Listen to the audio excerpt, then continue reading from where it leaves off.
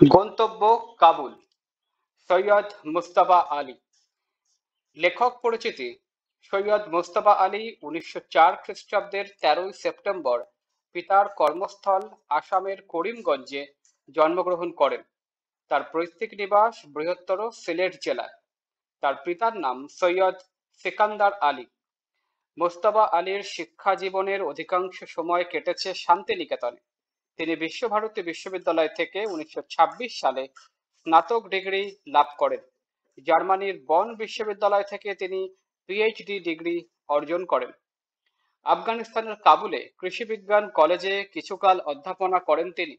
এছাড়াও দেশে বিদেশে বহু স্থানে তিনি কর্মসূত্রে গমন করেছেন। আরবি, ফার্সি, সংস্কৃত, ফরাসি, জার্মান সহ বিভিন্ন ভাষায় তার দক্ষতা ছিল। তিনি ছিলেন রবীন্দ্র সাহিত্যের বিশেষ অনুরাগী। তুলনামূলক ধর্মতত্ত্বে তার ছিল বিশেষ পাণ্ডিত্য। সাহিত্যিক রসবোধ, সৈয়দ মুজতবা আলীর রচনার প্রমুখ প্রবণতা। তার রচনায় বিচিত্র জীবন প্রবাহের নানা অনুষঙ্গ কৌতুক ও ব্যঙ্গে রসাবৃত হয়ে উপস্থাপিত হয়। সৈয়দ মুজতবা আলীর উল্লেখযোগ্য গ্রন্থের মধ্যে রয়েছে দেশে বিদেশে, পঞ্চতন্ত্র, চাচা কাহিনী, শবনম, কত না অশ্রু জল প্রভৃতি। সৈয়দ মুজতবা আলী ১৯৭৪ খ্রিস্টাব্দের ১১ই ফেব্রুয়ারি ঢাকায় মৃত্যুবরণ করেন। চাঁদনী থেকে নয়সিকে দিয়ে একটা শার্ট কিনে নিয়েছিলাম।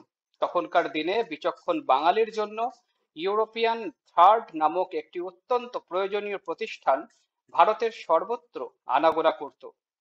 হাওড়া স্টেশনে সেই থার্ডে উঠতে যেতেই এক ফিরিঙ্গি হেঁকে বলল, এটা ইউরোপিয়ানদের জন্য। আমি গাক গাক করে বললুম, ইউরোপিয়ান তো কেউ নেই, চলো তোমাতে আমাতে ফাঁকা গাড়িটা কাজে লাগাই।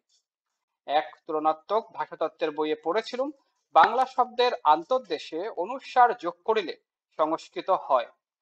ইংরেজি শব্দের প্রাগ দেশে জোর দিয়া কথা বলিলে সাহেবী ইংরেজি হয়। অর্থাৎ পয়লা সিলাবলে অ্যাকসেন্ট দেওয়া খারাপ রান্নায় লঙ্কা ঠেসে দেওয়ার মতো, সব পাপ ঢাকা পড়ে যায়।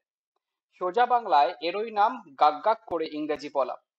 ফেরিঙ্গি তালতলার নেটিভ, কাজেই আমার ইংরেজি শুনে ভারী খুশি হয়ে জিনিসপত্র গোছাতে সাহায্য করলো। কিন্তু এদিকে আমার ভ্রমণের উৎসাহ ক্রমেই চুপসে আসছিল। এতদিন পাসপোর্ট, জামা কাপড় জোগাড় করতে ব্যস্ত ছিলাম, অন্যদিকে ভাববার ফুরসত পাইনি। গাড়ি ছাড়ার সঙ্গে সঙ্গেই প্রথম যে ভাবনা আমার মনে উদয় হলো সেটা অত্যন্ত কাপুরুষজনিত। মনে হলো আমি একা। ফেরেঙ্গিটির লোক ভালো, আমাকে গুম হয়ে শুয়ে থাকতে দেখে বলল, এত মন মরা হলে কেন? Going far? দেখলুম বিলিতি কায়দা জানে। Where are you going? বলল না। তাই সে যাই হোক, সাহেবের সঙ্গে আলাপচারিতা আরম্ভ হলো। তাতে লাভও হলো। সন্ধ্যা হতে না হতেই সে প্রকাণ্ড এক চুবড়ি খুলে বলল, তার ফিয়াসে নাকি উৎকৃষ্ট ডিনার তৈরি করে সঙ্গে দিয়েছে, এবং তাতে নাকি একটা পুরোদস্তুর পল্টন পোষা যায়। আমি আপত্তি জানিয়ে বললুম যে আমিও কিছু কিছু সঙ্গে এনেছি, তবে সে নিতান্ত নেটিভ বস্তু, হয়তো বড্ড বেশি ঝাল। খানিকক্ষণ তর্কাতর্কির পর স্থির হলো সবকিছু মিলিয়ে দিয়ে ব্রাদারলি ডিভিশন করে আলাকার্ত ভোজন যার যা খুশি খাবে। সাহেব যেমন যেমন তার সব খাবার বের করতে লাগলো, আমার চোখ দুটো সঙ্গে সঙ্গে জমে যেতে লাগলো। সেই শিক কাবাব, সেই ঢাকাই পরোটা, মুরগি মুসাল্লাম, আলু গোস্ত। আমিও তাই নিয়ে এসেছি জাকারিয়া স্ট্রিট থেকে। এবার সাহেবের চক্ষু স্থির হওয়ার পালা। ফিরিস্তি মিলিয়ে একই মাল বেরোতে লাগলো। এমনকি শিক কাবাবের জায়গায় স্বামী কাবাব নয়, আলু গোস্তের বদলে কপি গোস্ত পর্যন্ত নয়। আমি বললুম, ব্রাদার, আমার ফিয়াসে নেই, এসব জাকারিয়া স্ট্রিট থেকে কেনা। একদম হুবহু একই স্বাদ। সাহেব খায় আর আনমনে বাইরের দিকে তাকায়। আমারও আবছা আবছা মনে পড়লো, যখন সওদা করছিলাম তখন যেন এক গাবদা গবদা ফেরিঙ্গি মেমকে হোটেলে যা পাওয়া যায় তাই কিনতে দেখেছি। ফেরিঙ্গিকে বলতে যাচ্ছিলাম তার ফেয়াসের একটা বর্ণনা দিতে, কিন্তু থেমে গেল। ভোর কোথায় হলো মনে নেই। জুন মাসের গরম পশ্চিমে গৌরচন্দ্রিকা করে নামে না। 7টা বাজতে না বাজতেই চরচর করে ট্যাচ্চা হয়ে গাড়িতে ঢোকে, আর বাকি দিনটা কিরকম করে কাটবে তার আভাস তখনই দিয়ে দেয়। গাড়ি যেন কালো আত ঊর্ধ্বশ্বাসে ছুটছে, কোনো গতিকে রোদ্দুরের তবলচিকে হার মানিয়ে যেন কোথাও গিয়ে ঠান্ডায় জিরোবে, আর রোদ্দুরও চলেছে সঙ্গে সঙ্গে ততোধিক ঊর্ধ্বশ্বাসে। সে পাল্লায় প্যাসেঞ্জারদেরও প্রাণ যায়। গাড়ি এর মাঝে আবার ভুল ফিরিয়ে নিয়েছে। দাড়ি লম্বা হয়েছে, টিকি খাটো হয়েছে, নাদুস নুদুস লালাজিদের মিষ্টি মিষ্টি আইয়ে বৈঠিয়ে আর শোনা যায় না। এখন 6 ফুট লম্বা পাঠানদের দাগা দাগা দিলতা রাওরা, পাঞ্জাবিদের তুবি ওসি, আর শিখ সর্দারজিদের জালবন্ধ দাড়ির হরেক রকম বাহার। সামনের বুড়ো সর্দারজি প্রথম আলাপ আরম্ভ করলেন। Going far? নয়, সোজাসুজি কাহা জায়গা? আমি ডবল তসলিম করে সবিনয় উত্তর দিলাম। ভদ্রলোক ঠাকুরদার বয়সী আর জবরজঙ্গ দাড়ি গোফের ভিতর অতি মিষ্ট মোলায়েম হাসি। জিজ্ঞাসা করলেন, পেশাওয়ারে কাউকে চিনি, না হোটেলে উঠবো? বললুম, বন্ধুর বন্ধু স্টেশনে আসবেন, তবে তাকে কখনো দেখিনি। তিনি যে আমাকে কি করে চিনবেন সে সম্বন্ধে ঈষৎ উদ্বেগ আছে। সর্দারজি হেসে বললেন, কিছু ভয় নেই।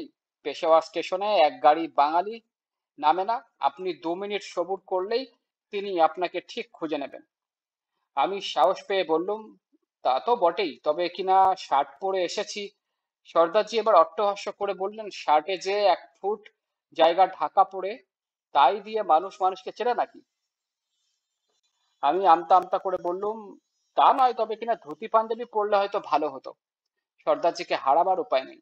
বললেন, এও তো তাজ্জব কি বাত, পাঞ্জাবি পরলে বাঙালিকে চেনা যায় না। বললেন, এও তো তাজ্জব কি বাত, পাঞ্জাবি পরলে বাঙালিকে চেনা যায়। আমি আর এগোলুম না। বাঙালি, পাঞ্জাবি ও পাঞ্জাবি কুর্তায় কি তফাৎ সে সম্বন্ধে সর্দারজিকে কিছু বলতে গেলে তিনি হয়তো আমাকে আরো বোকা বানিয়ে দেবেন। তার চেয়ে বরঞ্চ উনি কথা বলুন, আমি শুনে যাই। জিজ্ঞাসা করলুম, সর্দারজি, সিলভার বানাতে কগজ কাপড় লাগে?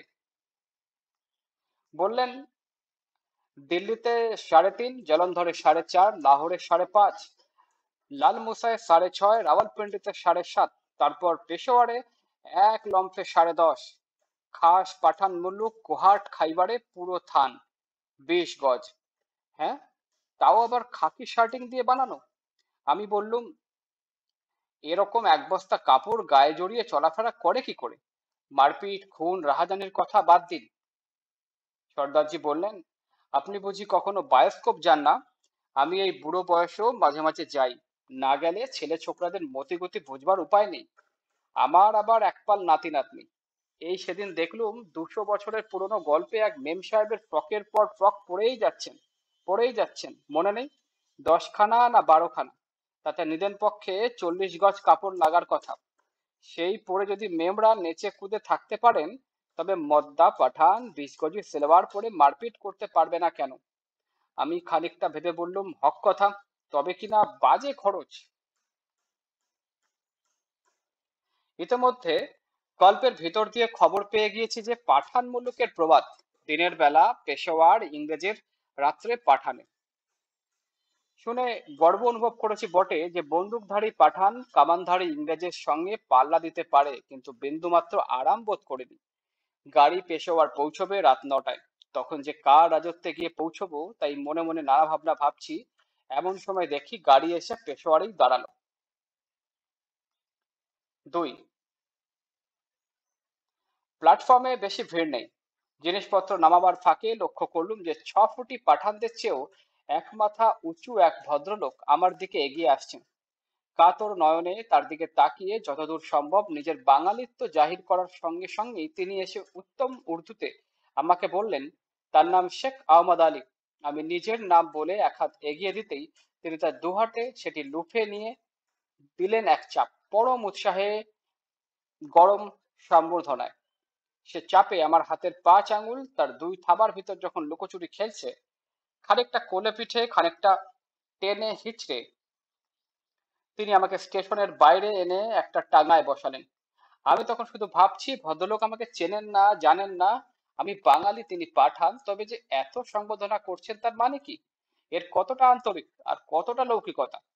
আজ বলতে পারি পাঠানের অভ্যর্থনা সম্পূর্ণ নির্জলা আন্তরিক। অতিথিকে বাড়িতে ডেকে নেওয়ার মতো আনন্দ পাঠান অন্য কোনো জিনিসে পায় না। আর সে অতিথি যদি বিদেশি হয় তাহলে তো আর কথাই নেই। 3, আরবি ভাষায় একটি প্রবাদ আছে, ইয়ম উস সফর নিসফ উস সফর, অর্থাৎ কিনা যাত্রা দিনই অর্ধেক ভ্রমণ। পূর্ব বাংলায়ও একই প্রবাদ প্রচলিত আছে, যেখানে সেখানে বলা হয়, উঠোন সমুদ্র পেরোলেই আধেক মুশকিল আসান। আহমদ আলীর উঠোন পেরোতে গিয়ে আমার পাক্কা 7 দিন কেটে গেল। 8 দিনের দিন সকালবেলা আহমদ আলী স্বয়ং আমাকে একখানা বাসে ড্রাইভারের পাশে বসিয়ে তাকে আমার জান মাল বাঁচাবার জন্য বিস্তর দিব্য দিলাসা দিয়ে বিদায় দিলেন। হাওড়া স্টেশনে মনে হয়েছিল আমি একা, এখন মনে হলো আমি ভয়ঙ্কর একা। ভয়ঙ্কর একা এই অর্থে যে নোম্যান্স ল্যান্ডই বলুন আর খাস আফগানিস্তানই বলুন, এসব জায়গায় মানুষ আপন আপন প্রাণ নিয়েই ব্যস্ত। সাধারণ লোকের বিবেক বুদ্ধি এসব দেশে এরকম কথাই কয়। তবু আফগানিস্তান স্বাধীন সভ্য দেশ, আর 5টা দেশ যখন খুন খারাপির প্রতি এত বেমালুম উদাসীন নয়, তখন তাদেরও তো কিছু একটা করবার আছে। এই ভেবে 2-4টে পুলিশ 2-1 দিন অকুস্থলে ঘোরাঘুরি করে যায়। ডান দিকে ড্রাইভার শিখ সর্দারজি, বয়স 60-এর কাছাকাছি, কাঁচা পাকা দীর্ঘ দাড়ি, ও পরে জানতে পারলুম রাতকানা। বাদিকে আফগান সরকারের এক কর্মচারী পেশোয়ার গিয়েছিলেন কাবুল বেতার কেন্দ্রের মাল সরঞ্জাম ছাড়িয়ে আনবার জন্য। সব ভাষাই জানেন, অথচ বলতে গেলে এক ফরাসি ছাড়া অন্য কোনো ভাষাই জানেন না। অর্থাৎ আপনি যদি তার ইংরেজি না বোঝেন, তবে তিনি ভাবখানা করেন যেন আপনি যথেষ্ট ইংরেজি জানেন না। তখন তিনি ফরাসির যে 6টি শব্দ জানেন সেগুলো ছাড়েন। তখনও যদি আপনি তার বক্তব্য না বোঝেন, তবে তিনি উর্দু ঝাড়েন।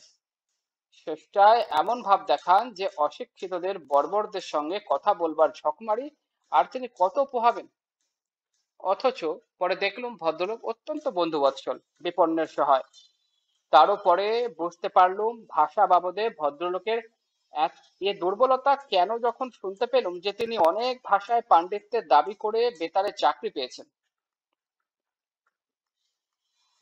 বাঁশের পেটে একপাল কাবুলি ব্যবসায়ী পেশোয়ার থেকে সিগারেট, গ্রামোফোন, রেকর্ড, প্লেট বাসন, ঝাড় লণ্ঠন, ফুটবল, বিজলিবাতির সাজ সরঞ্জাম, কেতাব পুঁথি, এক কথায় দুনিয়ার সব জিনিস কিনে নিয়ে যে যাচ্ছে। বাদ বাকি প্রায় সবকিছুই আমদানি করতে হয় হিন্দুস্তান থেকে, কিছুটা রুশ থেকে। এসব তথ্য জানবার জন্য আফগান সরকারের বাণিজ্য প্রতিবেদন পড়তে হয় না, কাবুল শহরে একটা চক্কর মারলেই হয়। সেসব পরের কথা। পেশোয়ার থেকে জমরুদ দুর্গ 10.5 মাইল সমতল ভূমি। সেখানে এক দফা পাসপোর্ট দেখাতে হলো, তারপর খাইবার গিরিশঙ্কর। 4, দুদিকে 1000 ফুট উঁচু পাথরের নাড়া পাহাড়, মাঝখানে খাইবার পাস। এক জোড়া রাস্তা একে অন্যের গা ঘেঁষে চলেছে কাবুলের দিকে। এক রাস্তা মোটরের জন্য, অন্য রাস্তা উট, খচ্চর, গাধা, ঘোড়ার পণ্য বাহিনী বা ক্যারাভেনের জন্য। সংকীর্ণতম স্থলে দুই রাস্তার মিলে 30 হাতও হবে না। সে রাস্তা আবার মাতালের মতো টলটে টলটে এতই এঁকে বেঁকে গিয়েছে যে যে কোনো জায়গায় দাঁড়ালে চোখে পড়ে ডানে বায়ে পাহাড়, সামনে পিছনে পাহাড়। দ্বিপ্রহর সূর্য থেকে নরককুণ্ডে সোজা নেমে এসেছে, তাই নিয়ে চতুর্দিকের পাহাড় যেন লোফালোফি খেলছে। অবাক হয়ে দেখছি সেই গরমে বুখারার পুস্তিন পাড় ব্যবসায়ীরা 2 ইঞ্চি পুরু লোমওয়ালা চামড়ার ওভারকোট গায়ে দিয়ে খচ্চর খেদিয়ে খেদিয়ে ভারতবর্ষের দিকে চলেছে। সর্দারজিকে রহস্য সমাধানে অনুরোধ জানালে তিনি বললেন, যাদের অভ্যাস হয়ে গিয়েছে তাদের পক্ষে সত্যই এরকম পুরু জামা এই গরমে আরামদায়ক। বাইরের গরম ঢুকতে পারে না, শরীর ঠান্ডা রাখে। ঘাম তো আর এদেশে হয় না, আর হলেই বাকি, এরা তার থোড়াই পরোয়া করে। এটুকু বলতে বলতেই দেখলুম গরমের হলকা মুখে ঢুকে সর্দারজির গলা আটকে শুকিয়ে দিল। গল্প জমাবার চেষ্টা বৃথা। কত দেশের কত রকমের লোক পণ্যবাহিনীর সঙ্গে সঙ্গে চলেছে, কত ঢঙের টুপি, কত রঙের পাগড়ি, কত যুগের অস্ত্র, গাদা বন্দুক থেকে আরম্ভ করে আধুনিকতম জার্মান মাউজার, দামেস্কের বিখ্যাত সুদর্শন তরবারি, সুপারি কাটার জাতির মতো জামধর মোগল ছবিতে দেখেছিলাম। বাস্তবে দেখলুম হুবহু সেই রকম গোলাপি সিল্কের কোমরবন্ধে গোজা, কারো হাতে কাঞ্জোখা পেতলে বাঁধানো লাঠি, কারো হাতে লম্বা ঝকঝকে বর্ষা, উটের পিঠে পশমে রেশমে বোনা কত রঙের কার্পেট, কত আকারের সমভার। বস্তা বস্তা পেস্তা, বাদাম, আখরোট, কিশমিশ, আলু বোখারা চলেছে হিন্দুস্থানের বিরিয়ানি পোলাওয়ের জৌলুস বাড়াবার জন্য। আরো চলেছে শুনতে পেলুম কোমরবন্ধের নিচে ইজড়ের ভাঁজে পুস্তিনের লাইনিং এর ভিতর আফিং আর হাদিস পুস্তিনের লাইনিং এর ভিতরে আফিং আর হাসিস না ককেনেই না আরো কিছু। সবাই চলেছে অতি ধীরে অতি মন্থরে। পাঠান দুবার বলেছিলেন, আমি তৃতীয়বার সেই প্রবাদ শপথ পথে গ্রহণ করলুম। হন্তদন্ত হওয়ার মানে শয়তানের পন্থায় চলা। কে বলে বিংশ শতাব্দীতে অলৌকিক ঘটনা ঘটে না? আমার সকল সমস্যার সমাধান করেই যেন ধরাম করে শব্দ হলো। কাবুলি তড়িৎ গতিতে চোখের ফেটা খুলে আমার দিকে বিবর্ণ মুখে তাকালো। আমি সর্দারজির দিকে তাকালাম। তিনি দেখি অতি শান্ত ভাবে গাড়িখানা একপাশে নিয়ে দাঁড় করালেন। বললেন, টায়ার ফেসেছে, প্রতিবারই হয়, এই গরমে না হওয়াই বিচিত্র। প্রয়োজন ছিল না, তবু সর্দারজি আমাদের স্মরণ করিয়ে দিলেন যে খাইবার পাশের রাস্তা দুটো সরকারের বটে, কিন্তু দুদিকের জমি পাঠানের। সেখানে নেমেছ কি মরেছ। আড়ালে আবডালে পাঠান সুযোগের অপেক্ষায় উত পেতে বসে আছে, নামলেই করাক পিং। তারপর কি কায়দায় সবকিছু হরণ করে তার বর্ণনা দেবার আর প্রয়োজন নেই। পাঠান যাতে ঠিক রাস্তার বুকের উপর রাহাজানি না করে তার জন্য খাইবার পাশে দুদিকে যেখানে বসতি আছে সেখানকার পাঠানদের ইংরেজ 2 টাকা করে বছরে খাজনা দেয়। পরে আরেকটি শর্ত অতি কষ্টে আদায় করেছে, আফ্রিদি আফ্রিদিতে ঝগড়া বাঁধলে রাস্তার এপারে ওপারে যেন বন্দুক না মারা হয়। মোটর আবার চললো। কাবুলির গলা ভেঙে গিয়েছে, তবু বিড়বিড় করে যা বলছিলেন তার নির্যাস। কিচ্ছু ভয় নেই সাহেব, কালই কাবুল পৌঁছে যাচ্ছি। সেখানে পৌঁছে কপ করে কাবুল নদীতে ডুব দেব। বরফ গলা হিমজল পাহাড় থেকে নেমে এসেছে, দিল জান কলিজা সব ঠান্ডা হয়ে যাবে। আমি বললুম, আপনার মুখে ফুলচন্দন পড়ুক। হঠাৎ দেখি সামনে একই মরীচিকা, সমস্ত রাস্তা বন্ধ করে গেট কেন? মোটর থামলো, পাসপোর্ট দেখাতে হলো। গেট খুলে গেল, আফগানিস্তানে ঢুকলুম। কাবুলি বললেন, দুনিয়ার সব পরীক্ষা পাশ করার চেয়ে বড় পরীক্ষা খাইবার পাস পাশ করা। আলহামদুলিল্লাহ, খুদাকে ধন্যবাদ। আমি বললুম, আমিন। 5 খাইবার পাস তো দুঃখে সুখে পেরোলুম এবং মনে মনে আশা করলুম এইবার গরম কমবে। কমলো বটে, কিন্তু পাসের ভিতর পিচ ঢালা রাস্তা ছিল, তা সে সংকীর্ণ হোক আর বিস্তীর্ণই হোক, এখন আর রাস্তা বলে কোনো বালাই নেই। হাজারো বৎসর লোক চলাচলের ফলে পাথর এবং অতি সামান্য মাটির ওপর যে দাগ পড়েছে তারই ওপর দিয়ে মোটর চলল। এ দাগের ওপর দিয়ে পণ্যবাহিনীর যেতে আসতে কোনো অসুবিধা হয় না, কিন্তু মোটর আরোহীর পক্ষে যে কতদূর পীড়দায়ক হতে পারে তার খানিকটা তুলনা হয় বীরভূম বাঁকুড়ার ডাঙ্গা ও খোয়াইয়ে রাত্রিকালে গরুর গাড়ির চড়ার সঙ্গে। যদি সে গাড়ি 20 মাইল বেগে চলে, ভিতরে খড়ের পুরু তোষক না থাকে এবং ছোট বড় নুড়ি দিয়ে ডাঙা খোয়াই ছেয়ে ফেলা হয়, লান্ডি কোটাল থেকে দক্কা 10 মাইল, সেই মরু প্রান্তরে দক্কা দুর্গ অত্যন্ত অবান্তর বলে মনে হলো। মাটি আর খড় মিশিয়ে পিঠে পিঠে উঁচু দেওয়াল গড়ে তোলা হয়েছে আশপাশে রঙের সঙ্গে রং মিলিয়ে, ফ্যাকাশে ময়লা ঘিনঘিনে হলদে রং। দেয়ালের ওপরের দিকে এক সারি গর্ত। দুর্গের লোক তারই ভিতর দিয়ে বন্দুকের নল গলিয়ে নিরাপদে বাইরের শত্রুকে গুলি করতে পারে। দূর থেকে সেই কালো কালো গর্ত দেখে মনে হয় যেন অন্ধের উপড়ে নেওয়া চোখের শূন্য কোটর। কিন্তু দুর্গের সামনে এসে বাঁদিকে তাকিয়ে চোখ জুড়িয়ে গেল। ছলছল করে কাবুল নদী বাঁক নিয়ে এক পাশ দিয়ে চলে গিয়েছেন, ডান দিকে এক ফালি সবুজ আঁচল লুটিয়ে পড়েছে। কাবুলি বললেন, চলুন দুর্গের ভেতরে যাই, পাসপোর্ট দেখাতে হবে, আমরা সরকারি কর্মচারী, তাড়াতাড়ি ছেড়ে দেবে, তাহলে সন্ধ্যার আগেই জালালাবাদ পৌঁছতে পারবো। দুর্গের অফিসার আমাকে বিদেশি দেখে প্রচুর খাতির যত্ন করলেন। দক্কার মতো জায়গায় বরফের কল থাকার কথা নয়, কিন্তু যে শরবত খেলুম তার জন্য ঠান্ডা জল কুজোতে কি করে তৈরি করা সম্ভব হলো বুঝতে পারলাম না। 6 আফগানিস্তানের অফিসার যদি কবি হতে পারেন তবে তার পক্ষে পীর হয়ে ভবিষ্যৎবাণী করাও কিছুমাত্র বিচিত্র নয়। 3 বার চাকা ফাটলো আর ইঞ্জিন সর্দারজির ওপর গোসা করে দুবার গুম হলেন। চাকা সারালো হ্যাজি ম্যানন, তদারক করলেন সর্দারজি। জালালাবাদ পৌঁছবার কয়েক মাইল আগে সর্দারজির কোমর বন্ধ অথবা নিবি বন্ধ কিংবা বেল্ট যাই বলুন ছিঁড়ে 2 টুকরো হলো। তখন খবর পেলুম সর্দারজিও রাতকানা। রেডিওর কর্মচারী আমার কানটাকে মাইক্রোফোন ভেবে ফিসফিস করে প্রচার করে দিলেন, অধ্যকার মতো আমাদের অনুষ্ঠান এইখানেই সমাপ্ত হলো। কাল সকাল 7টায় আমরা আবার উপস্থিত হব। আধ মাইলটা দূরে আফগান সরাই। বেতারের সাহেব ও আমি আস্তে আস্তে সেদিকে এগিয়ে চললাম। বাদ বাকি আর সকলে হইহল্লা করে করে গাড়ি ঠেলে নিয়ে চলল। সর্দারজি তল্লি করে বললেন, একটু পা চালিয়ে সন্ধ্যা হয়ে গেলে সরাইয়ের দরজা বন্ধ করে দেবে। সরাই তো নয়, ভীষণ দুশ্মনের মতো দাঁড়িয়ে এক চৌকো দুর্গ, কর্ম অন্তে নিভৃত পান্থশালাতে। বলতে আমাদের চোখ যে স্নিগ্ধতার ছবি ফুটে ওঠে, এর সঙ্গে তার কোনো সংস্রব নেই। 30 ফুট উঁচু হলদে মাটির নিরেট চারখানা দেওয়াল, সামনের খানাতে এক বিরাট দরজা, তার ভেতর দিয়ে উট বাস ডাবল ডোকার পর্যন্ত অনায়াসে ঢুকতে পারে, কিন্তু ভেতরে যাবার সময় মনে হয় এই শেষ ঢোকা, এই দানবের পেট থেকে আর বেরোতে হবে না। ঢুকেই থমকে দাঁড়ালাম। কত শত শতাব্দীর পঞ্জীভূত দুর্গন্ধ আমাকে ধাক্কা মেরেছিল বলতে পারিনি, কিন্তু মনে হলো আমি যেন সে ধাক্কায় 3 গজ পিছিয়ে গেলাম। ব্যাপারটা কি বুঝতে অবশ্য বেশি সময় লাগলো না। এলাকাটা মৌসুমী হাওয়ার বাইরে, তাই এখানে কখনো বৃষ্টি হয় না। যথেষ্ট উঁচু নয় বলে বরফও পড়ে না। আশেপাশে নদী বা ঝর্ণা নেই বলে ধোয়া মোছার জন্য জলের বাজে খরচার কথাও ওঠে না।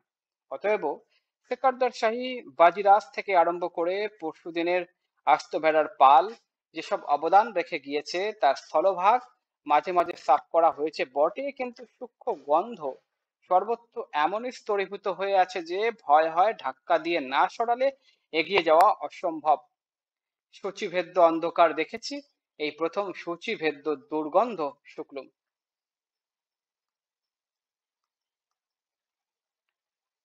7 ভোরবেলা ঘুম ভাঙলো আজান শুনে। নামাজ পড়ালেন বোখারার এক পুস্তিন সদাগর। উৎকৃষ্ট আরবি উচ্চারণ শুনে বিস্ময় মানলুম যে তুর্কিস্তানে এত ভালো উচ্চারণ টিকে রইল কি করে। বেতার ওয়ালাকে জিজ্ঞাসা করতে তিনি বললেন, আপনি নিজেই জিজ্ঞেস করুন না। আমি বললুম, কিছু যদি মনে করেন। আমার এই সংকোচে তিনি এত আশ্চর্য হলেন যে বুঝতে পারলুম খাস প্রাচ্য দেশে অচানা অজানা লোককে যে কোনো প্রশ্ন জিজ্ঞাসা করতে বাধা নেই। পরে জানলুম তার সম্বন্ধে কৌতূহল দেখানো হয়, সে তাতে বরঞ্চ খুশি হয়। মোটরে বসে তারই খেই তুলে নিয়ে আগে রাতের অভিজ্ঞতার জমা খরচা নিতে লাগলুম। চোখ বন্ধ অবস্থায় ঠান্ডা হাওয়ার প্রথম পরশ পেলুম, খুলে দেখি সামনে সবুজ উপত্যকা, রাস্তার দুদিকে ফসল ক্ষেত। সর্দারজি পরিচয় করিয়ে দিয়ে বললেন, জালালাবাদ। তখন দুদিকেই সবুজ আর লোকজনের ঘরবাড়ি, সামান্য একটি নদী ক্ষুদ্রতম সুযোগ পেলে যে কি মোহন সবুজের লীলা খেলা দেখাতে পারে। জালালাবাদে তার অতি মধুর তসবির। এমনকি যে 2-4টে পাঠান রাস্তা দিয়ে যাচ্ছিল তাদের চেহারাও যেন সীমান্তের পাঠানের চেয়ে মোলায়েম বলে মনে হলো। লক্ষ্য করলুম যে পাঠান শহরে গিয়ে সেখানকার মেয়েদের বেপরদমে নিন্দা করে, তারই বৌঝি খেতে কাজ করছে অন্য দেশের মেয়েদেরই মতো। মুখ তুলে বাসের দিকে তাকাতেও তাদের আপত্তি নেই। বেতার কর্তাকে জিজ্ঞাসা করতে তিনি গম্ভীরভাবে বললেন, আমার যতদূর জানা কোনো দেশের গরিব মেয়েই পর্দা মানে না, অন্তত আপন গায়ে মানে না। শহরে গিয়ে মধ্যবিত্তের অনুকরণে কখনো পর্দা মেনে ভদ্রলোক হবার চেষ্টা করে, কখনো কাজকর্মের অসুবিধা হয় বলে গায়ের রেওয়াজই বজায় রাখে। আমি জিজ্ঞাসা করলুম, আরবের বেদুইন মেয়েরা? তিনি বললেন, আমি ইরাকে তাদের বিনা পর্দায় ছাগল চড়াতে দেখেছি। গাড়ি সদর রাস্তা ছেড়ে জালালাবাদ শহরে ঢুকলো। কাবুলিরা সব বাসের পেট থেকে বেরিয়ে 1 মিনিটের ভেতর অন্তর্ধান। কেউ একবার জিজ্ঞেস পর্যন্ত করলো না বাস ফের ছাড়বে কখন। আমার তো এই প্রথম যাত্রা, তাই সর্দারজিকে শোধালাম, বাস আবার ছাড়বে কখন। সর্দারজি বললেন, আবার যখন সবাই জড়ো হবে। জিজ্ঞেস করলাম, সে কবে? সর্দারজি যেন একটু বিরক্ত হয়ে বললেন, আমি তার কি জানি, সবাই খেয়ে দিয়ে ফিরে আসবে যখন তখন।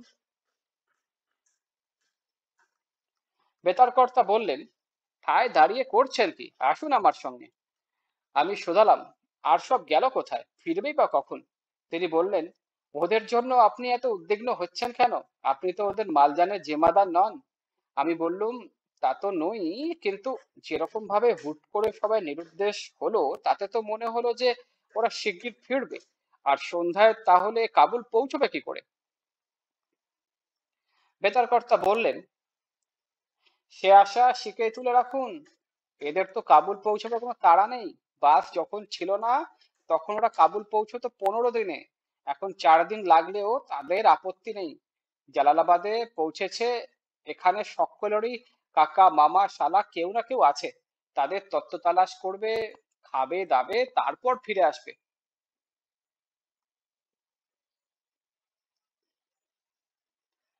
8, মোটর ছাড়লো অনেক বেলায়, কাজেই বেলাবেলি কাবুল পৌঁছবার আর কোনো ভরসাই রইল না।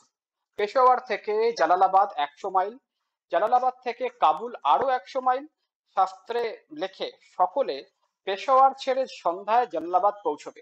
পরদিন ভোরবেলা জালালাবাদ ছেড়ে সন্ধ্যায় কাবুল, তখনই বোঝা উচিত ছিল যে শাস্ত্র মানে অল্প লোকেই। পরে জানলুম একমাত্র মেল বাস ছাড়া আর কেউ শাস্ত্র নির্দিষ্ট বেগে চলে না। সন্ধ্যা কাটলো নালার পাড়ে নার্গিস বনের এক পাশে, চিনার মর্মরের মাঝখানে। সূর্যাস্তের শেষ আভাটুকু চিনার পল্লব থেকে মুছে যাওয়ার পরে ডাক বাংলোর খানসামা আহার দিয়ে গেল। খেয়ে দেয়ে সেখানেই চারপাই আনিয়ে শুয়ে পড়লুম। শেষ রাত্রে ঘুম ভাঙলো অপূর্ব মাধুরীর মাঝখানে। হঠাৎ শুনি নিতান্ত কানের পাশে জলের কুলুকুলু শব্দ, আর আমার সর্বদেহ জড়িয়ে নাকমুখ ছাপিয়ে কোনো অজানা সৌরভ সুন্দরীর মধুর নিঃশ্বাস।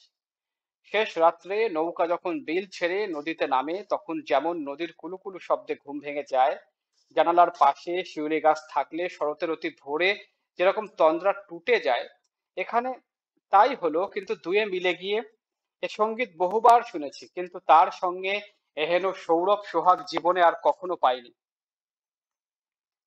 সেই আধা আলো অন্ধকারে চেয়ে দেখি দিনের বেলায় শুকনো নালা জলে ভরে গিয়ে দুই কুল ছাপিয়ে নার্গিসের পা ধুয়ে দিয়ে ছুটে চলেছে। বুঝলুম নালার উজানে দিনের বেলায় বাঁধ দিয়ে জল বন্ধ করা হয়েছিল, ভোরের আজানের সময় নেমালার বাগানের পালা। বাঁধ খুলে দিতেই নালা ছাপিয়ে জল ছুটেছে, তার ওই পরশে নার্গিস নয়ন মেলে তাকিয়েছে। এর গান ওর সৌরভে মিশে গিয়েছে। আর যে চিনারের পদপ্রান্তে উভয়ের সঙ্গীতে সৌরভ উচ্ছ্বসিত হয়ে উঠেছে, সে তার মাথা তুলে দাঁড়িয়ে আছে প্রভাত সূর্যের প্রথম রশ্মির নবীন অভিষেকের জন্য। দেখতে না দেখতে চিনার সোনার মুকুট পরে নিল, পদপ্রান্তে পুষ্পবনের গন্ধ ধূপে পৈতালিক মুখরিত হয়ে উঠল। এদিন আজি কোন ঘরে গো খুলে দিল দ্বার, আজি প্রাতে সূর্য ওঠা সফল হলো কার। ভোরের নামাজ শেষ হতেই সর্দারজি ভেপু বাজাতে আরম্ভ করলেন। ভাবগতিক দেখে মনে হলো তিনি মনস্থির করে ফেলেছেন আজ সন্ধ্যায় যে করেই হোক কাবুল পৌঁছবেন।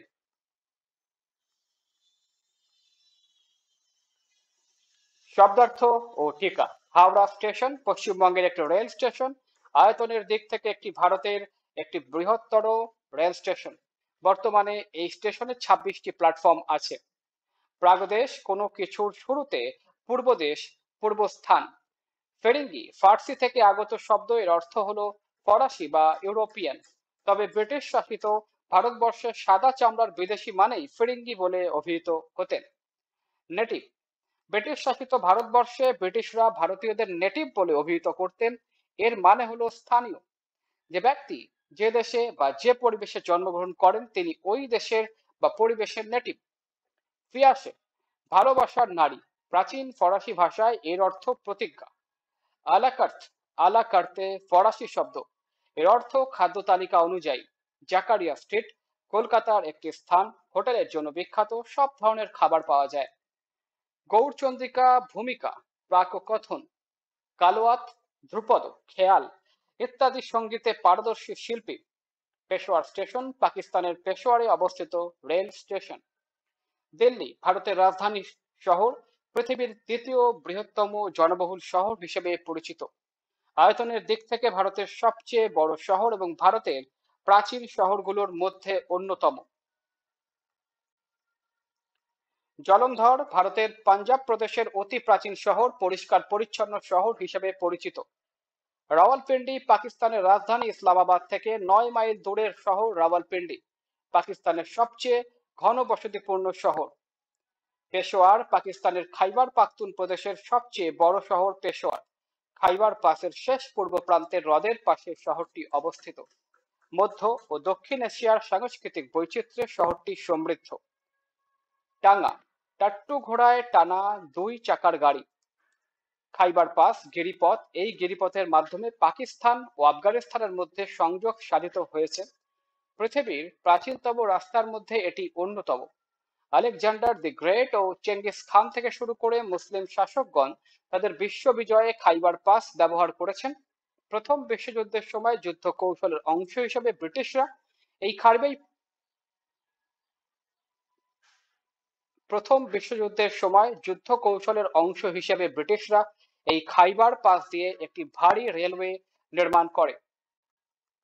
বোখারা উজবেকিস্তানের পঞ্চম বৃহৎ শহর। প্রাচীন এই শহর ব্যবসা বাণিজ্য, সংস্কৃতি চর্চা ও ধর্মচর্চার জন্য বিখ্যাত। একদিকে প্রচুর স্থাপত্য কর্ম এবং অন্যদিকে মসজিদ মাদ্রাসা এই শহরটিকে বৈচিত্র্য মণ্ডিত করে তুলেছে। জার্মান মাউজার জার্মানিতে একটি অস্ত্র তৈরির কারখানার নাম মাউজার। মাউজার পল মাউজার এর প্রতিষ্ঠাতা।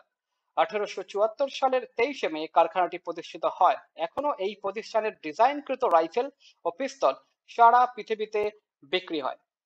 সামোভার গরম পানির পাত্র বিশেষ। দামেস্ক সিরিয়ার রাজধানী, সংস্কৃতি ও ধর্মচর্চার বিখ্যাত কেন্দ্র। 4000 বছর আগে শহরটি নির্মিত হয়। কানজোখা কাত পরিমাণ আফ্রিদি পাকিস্তানের উত্তর পশ্চিম সীমান্তে সাহসী উপজাতি বিশেষ। পশ্চিম পেশোয়ারের প্রায় 1000 বর্গমাইল ব্যাপী এদের বাস। লান্ডি কোটাল পাকিস্তানের উপজাতি শাসিত অঞ্চলের একটি শহর। খাইবার পাসের পশ্চিমাঞ্চলের বিস্তৃত অঞ্চল জুড়ে এই শহর অবস্থিত। পস্তিন চামড়ার জামা বা কোট। জালালাবাদ আফগানিস্তানের একটি শহর, আদিনাপুর নামে খ্যাত। কাবুল নদী, কুনার নদী ও লাগামান দ্বীপের সঙ্গীস্থলে শহরটি অবস্থিত। পাকিস্তানের নিকটবর্তী আফগানিস্তানের সবচেয়ে গুরুত্বপূর্ণ শিল্প নগরী জালালাবাদ। পাঠ পরিচিতি। সৈয়দ মুজতবা আলী রচিত গন্তব্য কাবুল শীর্ষক ভ্রমণ কাহিনীটি তার দেশে বিদেশে 1948 গ্রন্থ থেকে নেওয়া হয়েছে। এই রচনার মধ্য দিয়ে আমরা সৈয়দ মুজতবা আলীর অসাধারণ ভ্রমণ সাহিত্যের সঙ্গেই শুধু পরিচিত হই না, তার জীবনবোধ, সাহিত্য রুচি ও নিজস্ব শিল্প বৈশিষ্ট্যের সঙ্গেও পরিচিত হতে পারি। সৈয়দ মুজতবা আলী বিচিত্র এক জীবন যাপন করেছেন। কত জনপদ, কত মানুষ আর কত ঘটনার সঙ্গে যে তিনি এক জীবনে পরিচিত হয়েছেন তার ইয়ত্তা নেই।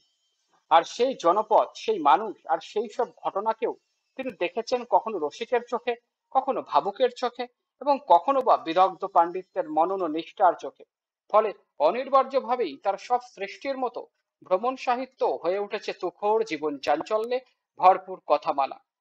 গন্তব্য কাবুল তার ব্যতিক্রম নয়। হাওড়া স্টেশন থেকে কাবুলের উদ্দেশ্যে যে যাত্রাটি তিনি শুরু করেছিলেন তাতে শেষ পর্যন্ত অসাধারণ রসঘন এক অভিজ্ঞতার সঙ্গে আমাদের পরিচয় ঘটে।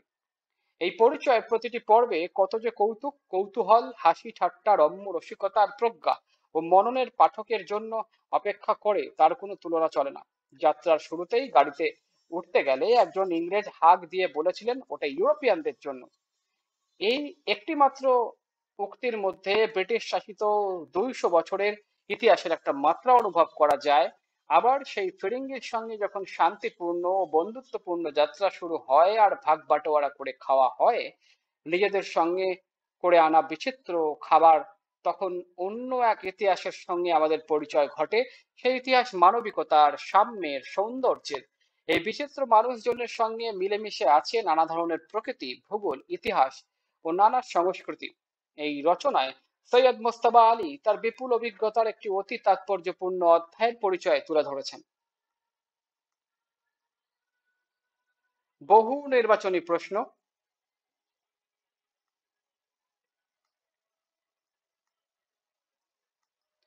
সৃজনশীল প্রশ্ন, নিজে করো।